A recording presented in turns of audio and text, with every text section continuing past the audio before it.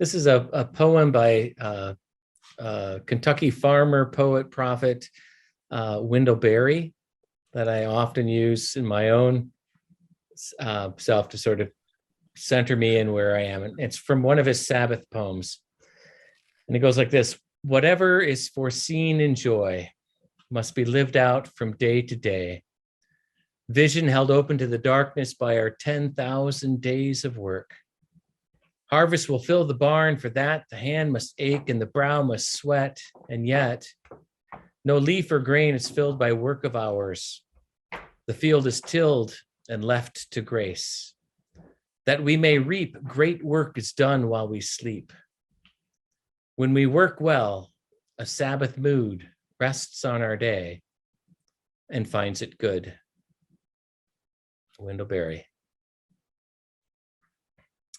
So my first story comes, I had this great opportunity years ago to take a workshop with this wonderful Jewish storyteller named Doug Lippman. And I don't know what the context was, but he said, take a story you know and make it your own. And so I'm a minister in a Protestant tradition, and we wear funny things. We wear robes and we wear stoles, and we have all these things. And I thought I would tell this story based on a old European folktale that many of you know, that might explain some of the trappings in my own tradition. And so this is the working title is A Man of the Cloth, and it goes like this. There once was a man who graduated from seminary and got his first call to a church, and he was so smart. He had passed every course: Greek, Hebrew, church history, epistemology, all these things he had passed. He was really smart. And he came in to this church being a really smart young guy. And there was a woman in the church, and they had the sort of the greeting that you would have when a new pastor comes in, and the cakes and the food that you would have to greet them. And she walked up to this new minister and she said, I have a gift for you. And it was in a brown paper bag, and he opened it up, and it was a bolt of cloth. And she said, this is my gift to you. And he goes, what is it? And she says, well, it's a bolt of cloth. He says, well, what good is that? Oh, she said, oh, this has many learnings for you in here. And being very smart, but not very wise, perhaps at this point, he said, well, take it and make something for me. So she did. She took it home, and she thought, and she prayed, and she prayed, and she thought, and she cut, and stitch. And the next morning, she arrived at that young minister's door, and she knocked on the door, and he opened it, and there was a brown paper bag. She said, Domini. That's the old word for minister. Domini. This is the first gift in the cloth. And he opened it up, and there was a robe in that cloth that she had made for him. She said, Domini, you come to us knowing everything. I know you're so smart, but the first gift in this cloth is that you need to know that God's love covers the whole world, just as this robe covers you. And that young minister put that robe on the next Sunday to preach, and he remembered that. He remembered what she had said to him, and as that robe covered him, he was reminded to have prayers not just for the people in front of him, but for the people who would never sit in front of him, and for the more than human creatures that fill our world. And he began to expand his understanding of God's love as far, far beyond what he could have known. And he wore, every time he wore that robe, he was reminded of God's love covering the whole world, which is something you don't really learn in seminary. But he wore this robe, and he wore this robe a lot when he would preach. But when you wear something all the time, sooner or later, it wears out. And he noticed one day that the elbows were all tattered and worn, and the stitching was coming out by the zipper.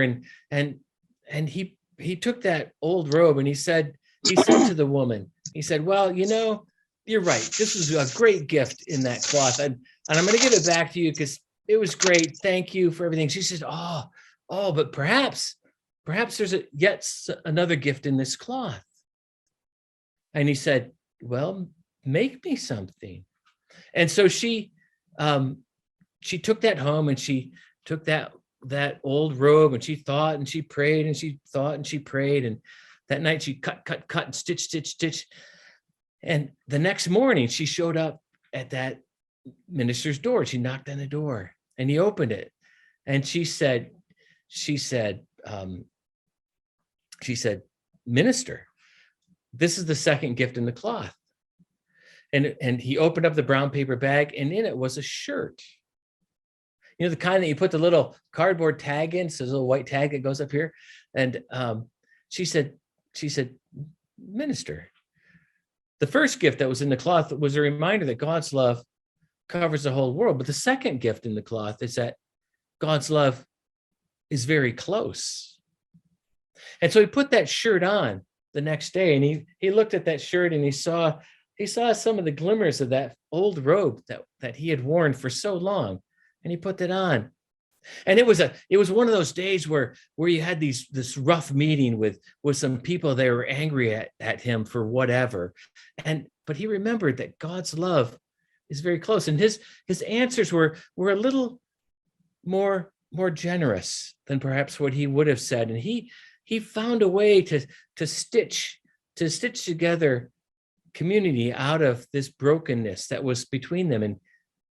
And he remembered that as he wore that shirt. And he began to wear that shirt more and more, because that shirt reminded him of God's love being very close. And he felt that when he wore it. And it wasn't that God's love was this outside thing, but God's love was something that was also very, very personal for him. And he put that on. And he wore that shirt a lot until, one day it just plumb wore out. And he saw his friend the next day, and he said, well, that was a great shirt and a great robe, but thanks a lot, but it's over now. She said, she looked at it with a tailor's eye, and she said, perhaps there's another gift in this. And so she took that old shirt that had been an old robe, she took it home, and she thought, and she prayed, and she thought, and she cut and stitch all night. And the next morning she knocked on that minister's door, and he opened it, and she had another bag, brown paper bag. And she said, Pastor. She said, Pastor, there's another gift in this cloth. You learned from this that God's love covers the whole world. And you also learned that God's love is very close. But here's the third gift in the cloth. And he opened the bag up, and he pulled out, and it was a stole that he could put over him to come down to wear. And she said, Pastor, this is the third gift in the cloth. The third gift is that God's love is with us in good times and in hard times. And you know what? The next Sunday he wore that stole, and there was a baby in the congregation, and he baptized that baby, and he poured that water over that baby's head, and the baby was yelling, but this child was received into the family, into the community this way. And that very night, the old matriarch in the congregation, she passed away. And they held the funeral a few days later, and he put that stole on as he remembered her life, and he remembered how she touched the community, and how sad we were going to be, and yet how she's now a part of that communion of saints that still witnesses to all of us. And he wore that stole when that little baby grew up, and she got married, and they celebrated together. And he wore that stole. He wore that stole when the night of the prom, the car crashed and the kids didn't come home, and the grief that just filled the whole town. And so he wore that stole, and he would feel it. He'd feel that robe and that shirt that was in that stole, and he would feel how God is present in good times and in hard times. And it takes a long time to wear out a stole, but one day that stole just wore out. And he saw his old friend and he said, that old stole you made for me, it just plumb wore out. And she said, where is it? Where is it, friend? And he said, well, it's right here in this little pouch I've got. And he pulled it out, and sure enough, it was all tattered and frayed. And she said, maybe there's another gift yet in this cloth. And she took it home and she thought and she prayed and she thought, and she cut the old parts out, and she saved the new parts and figured out something to do with it. The next morning she showed up at the man's door. She knocked on the door, and he opened the door, and there's a little package. It wasn't very big, little package wrapped up in brown paper bag. And she said, friend, this is yet the next gift in the cloth. You see that God's love covers the whole world, and God's love is very close. And you learn that God's love is with us in good times and in hard times. And here's the next gift in the cloth. And he opened it up, and it was a little almost bandana size. And she said, it's a communion cloth. It's a communion cloth, friend. Take this when you serve the body and blood of Christ. Take it to the old folks who are shut in, and take it to those who can't make it out. And you put this, and it's a reminder that God's love is very, very costly to God. And he did that, and he served the rest of his ministry out. And he would take that cloth when he would go to the old folks' home, or he'd go to the hospital, or he'd go to the street corner when he would serve the bread and the wine to those who were present. And he was reminded all the time of what he had learned from the cloth. And as he got older and older, he kept that close, but he used it so much that it just wore out. And one day he had that cloth in his hand, and he couldn't see very well anymore, but he saw his old friend. And he walked over to her, hunched over, and he said, friend, I've got the cloth. I've got the cloth that has taught me so much. Is there yet another lesson in the cloth?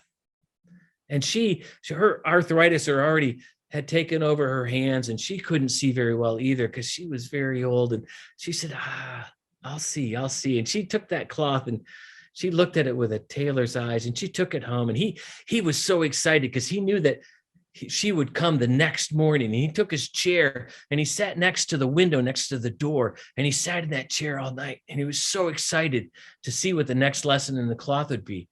And the next morning came, and she didn't come. And he waited all day, and the next day, and she didn't come. But on the third day, he saw a car drive up, and it was her granddaughter. And she got out of the driver's seat, and she opened the door, and there she came out. And he didn't look at her. He looked at her hands, and he saw that she had a paper bag in her hand. And he was so excited that, well, he didn't really jump up, but he got up as fast as he could. And he took his walker to the door, and he opened the door, and there she was. And she had that bag in her hand, and they hugged each other. And she said, brother, you came to us knowing everything, but you have learned from the cloth. And this is the last gift in the cloth. You've learned that God's love covers the whole world and is very close to you. You've learned that God is with us in good times and in hard times that you have lived. And you've learned that God's love is very, very costly. Here is the last gift in the cloth. And he took it and he opened that bag up and he began to cry, and tears came down his face.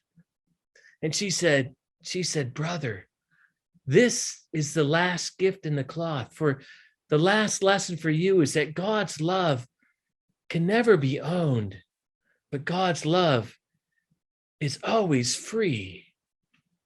For you see, when he opened the bag, it was empty.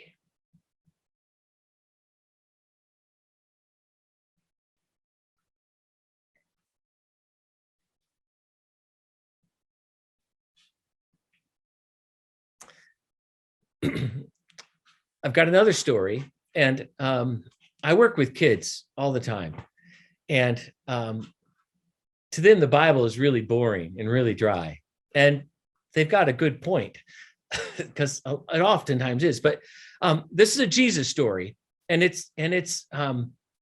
and I need your help to tell it because I think it's a funny story, but it's a story of friendship. It's a story of friends who have this incredible act of kindness for another friend. And even though the friends don't really feature much in the story, they're exactly what I thought of with this night's theme of kindness. And so, but it's a story you got to tell with me. And normally we'd be together and we would clap our thighs. So I need everyone, even though I can't see you and I can't hear you, you're gonna have to repeat after me. This is a repeat after me story. All right. Even if you're in Germany, you have to repeat after me. All right. So you can hear my thighs clapping. So you get the rhythm with me. There you go. This is really weird. I hope it works. There you go. All right, Kate, you got it. So repeat after me. A long time ago, when Jesus came home to Capernaum. Now Capernaum was a lot like Schenectady. It's just where Jesus lived. And he went to a house and he taught from there too. And he taught from there too. You got it, Marty. So many people came. So many people. So many people came. Many people came. So many people came that there wasn't no room. Wasn't no room. Not in front of the house. No. Not in back of the house. Not under the house. Just on top of the house. Now, in Capernaum, they build their house differently than they build them in Schenectady, where we have these steep roofs so that the snow can slide off. They don't have to deal with that. So their roofs are nice and flat in Capernaum. Then some other people came with a paralyzed man. He couldn't run there. He couldn't walk there. He couldn't crawl there. So they carried him there. But there wasn't no room for that paralyzed man. Not in front of the house. Not in back of the house. Not under the house. Just on top of the house. So they carried on up that paralyzed man. Now, at this point, I usually have to interrupt the story to tell the children, and perhaps you, that what's going to happen next is you are under no circumstances should do it with your own house or your neighbor's house or any other house that you come across, because they dug a big hole. They dug a big hole. They dug a big hole in the top of that house. And they lowered on down that paralyzed man. And who do you think was standing right there with a smile on his face? Well, if you've ever been to a church service and heard a children's sermon, the answer is always Jesus. And Jesus said, son. Yep, he really said, son. Jesus said, son, why don't you get up and walk? So that paralyzed man took his paralyzed mat beneath his paralyzed arms, and he walked on out through that paralyzed crowd. Woo-wee. And they glorified God and what Jesus had done. And what we really remember, Jesus said that day, to that paralyzed man was get up and walk. So all of you here, just a sitting right here, gotta get up and walk. Just like the paralyzed man.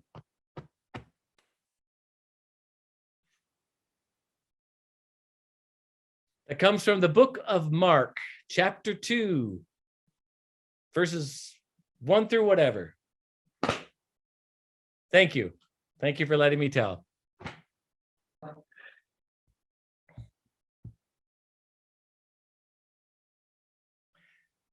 Kalafala, I think you are up. Wow, that was beautiful. Thank you. So this story does not take place in Capernaum, if I pronounced it correctly, but it actually takes place in a city north of Mecca called Medina. And Medina is in present-day Saudi Arabia. And it's known as Medinatul Munawwara, which in English means the illuminated city. And that's because that's where the Prophet Muhammad, peace and blessings be upon him, lived. And these stories that I will be sharing are in honor of him because currently we are in his birth month, which is known as Rabi al-Awwal. It's an Islamic month in the calendar. And one of the principles he used to share that we all have heard from our grandmother, from our aunts, from our parents, is that we are who we spend time with. Our friends are, we are who we, accompany, right? And so I thought today, a good way of honoring the Prophet is to give you guys a glimpse into two lives of two of his greatest friends, his closest friends. One was Abu Bakr, and the other is Umar. And Umar, my little brother is named Umar. So, these are two saints in our tradition that are very close to our heart. Now, the Prophet, peace and blessings be upon him, described Abu Bakr as someone who can walk into any door of paradise that he wished because he completed all virtues. Now, what does that mean? You see, every sunrise prayer, the Prophet Muhammad would ask his companions in a circle, which one of you has fasted? And Abu Bakr would raise his hands and he would say, I did. And he said, and which one of you has followed a funeral procession? And Abu Bakr would reply, I did. And which one of you has visited a sick person? I did. And which one of you has fed a hungry person? I did, Abu Bakr would say. And you see, Abu Bakr and Umar, they used to rival with each other in acts of goodness. Because in the Quran, it says to race and to compete in acts of good. And so this story that I'm about to share is one of those moments. Now, after the Prophet passed away, he had a successor, which in Arabic is a khalifa, and in English, that word is a caliph. Abu Bakr was the first caliph. And Umar would pray behind him every morning in sunrise prayer. And he used to watch him intently. What is Abu Bakr doing? Not in a malicious way, but the way you observe competition, the way you observe, someone you want to, compete with, right? And so he noticed Abu Bakr would always go after the mosque a different direction from the route to his home. Every day he would do this. And Umar wondered, what is going on here? So one day he decided to take matters into his own hands and follow Abu Bakr secretly. And so after the sunrise prayer, It's still dark because it's dawn prayer, to be honest, technically, right? So it's still dark. They're walking, but Umar is keeping secret. He's keeping quiet. And he leaves the gates of Medina into the outskirts of Medina. And he looks at Abu Bakr, and Abu Bakr is going into the distance to a home, a small cottage. And he knocks on the door, and Umar is still hidden. And he watches an old lady open the door and lets Abu Bakr in. And Umar is waiting closely, intently. And when the sun is already risen and it's bright and early, that's when Abu Bakr comes out and Umar hides himself. Abu Bakr, once he's nowhere in sight, Umar knocks on the door and the old lady opens the door. And to Umar's surprise, this lady was blind. So Umar replies to the lady, "Peace unto you, sister. Who was that man who came earlier?" And the old lady said, "I don't know, actually, but may God bless that man.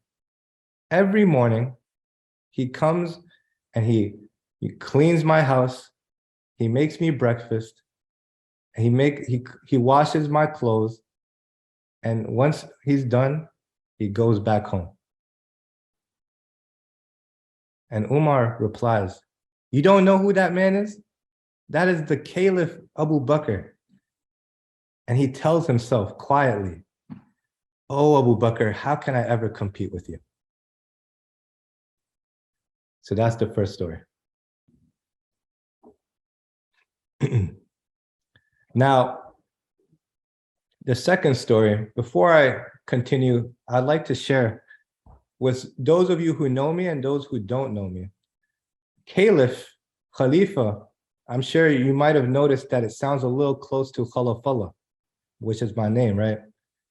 Now, Khalafallah comes from a story in the Quran, which is also similar to the Bible and the Torah, the Abrahamic tradition, which is the story of the creation of Adam, the father of mankind. Now, God said to the angels that I will be sending a Khalifa to earth. And the angels, were like, why would you create, someone with free will when you have us who will worship you without free will? And God told the angels that I know what you don't know. And so my grandfather was named Khalafallah, which is Khalifa of Allah, successor of Allah. And it's also like, a nickname or an honorific title to Adam, the father of mankind. But anyways, we go to the story of the second caliph, the second Khalifa, Umar, who succeeded Abu Bakr when Abu Bakr passed away. Now, Umar, as I mentioned about Abu Bakr, how the Prophet described him as someone who he can enter paradise from any gate, the gate of charity, the gate of, of all of those things, right? Umar was described, the Prophet said that if there was a prophet after me, because in the Muslim faith, we believe that the Prophet Muhammad, after Jesus, after Moses, is the final prophet. Prophet Muhammad said that if there was a prophet after me, it would be Umar. So that shows the level of respect we have for Umar. But Umar, before he was caliph, was known to be very macho, very aggressive, very tough. And people were scared of him, if I'm keeping it frank, right? People were a little scared of him. Oh no, like if he sees me doing something wrong, what's gonna happen, right? He was so tough. When he converted to Islam, he went to the city of Mecca and he yelled for Satan. And he said, "Satan, I'm Muslim. What are you gonna do?" And it said that Satan ran away. So that's Umar before he was a caliph. But once he was given the responsibility of caliph, of Khalifa, his heart all of a sudden softened. He realized that the people that he was responsible for, they didn't need that strictness. They didn't need that harshness, but rather they needed his compassion, his love, and his mercy. And it was like a day and night shift when he became caliph. Now, one thing he's known for was every night, because of how focused he was. How are my people doing? Are they okay? He used to go every night on these patrols, but he would disguise himself as a commoner so that people, would be, just as it is. They wouldn't be like, oh, it's Umar the caliph. And on this night that I'm sharing with you, he was with his servant Aslam. And this was during a time of great famine in Mecca and Medina, in the Arabian Peninsula. But he took great measures to make sure everybody was doing okay. Now, it's the depth of the night and it's dark. And Umar smiled and he looked at Aslam and he said, good, it looks like everyone is asleep and no one is awake from hunger. And they're walking through the streets of Medina. But from the corner of his eye, he noticed a dim light coming from a cottage. And he heard the cries of weeping children. And so he looked at Aslam and he nudged him and he said, let's go see what's going on. So they walked to this door and they went to the gate and they called for the sister. He called out, who is there? Why is there crying? Is everything okay? Now, a lady came with her baby and opened the door and said, peace unto you. Please come in. And so he came in, Umar and Aslam, in disguise. And he noticed that there was a big pot filled with water boiling. But inside of the pot of boiling water were just stones. And so Umar, looking kind of shocked, he said, sister, what are you making? And the mother began to look down, sad. And she said, oh, brother, I have no money, I have no food, but my babies, they're so hungry. And so I thought by maybe pretending to cook something, it'll put them at ease and maybe they'll fall asleep. And maybe tomorrow food will come. And Umar immediately started to cry. And he sent to Aslam, he said, Aslam, come with me. You stay right here, we'll be right back. And they both bolted to the treasury, which in Arabic is known as Beit al-Mal, the house of wealth. And he grabbed as much supplies as he can. And he ran back. He got flour, he got vegetables, he got, spices, and he ran back. And after that, he said to the sister, please sit and relax. And him and Aslam began to prepare a delicious meal of soup and bread and fed every child and the mother. And the mother began to smile and said, thank you, brother. And Umar, in disguise, responds, is there no one here to take care of you? And the mother began to say, oh, brother, my husband died a few years ago. And I have no other support. And I have too much pride to go and ask the caliph for help. The caliph should come and find out what's going on and help me. And Umar began to smile. And he said, "You're absolutely right. And I'll make sure that this Umar doesn't make that mistake again." And after he feeds them, he leaves them with peace. Salamu alaikum. And he leaves. And the next day, Aslam comes back.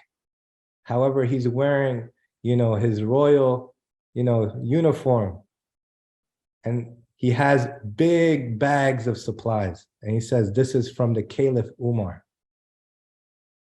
And from here on out, you never have to ask for anything." And it was at that moment that the lady found out that it was the Caliph Umar that visited her the night before. Thank you.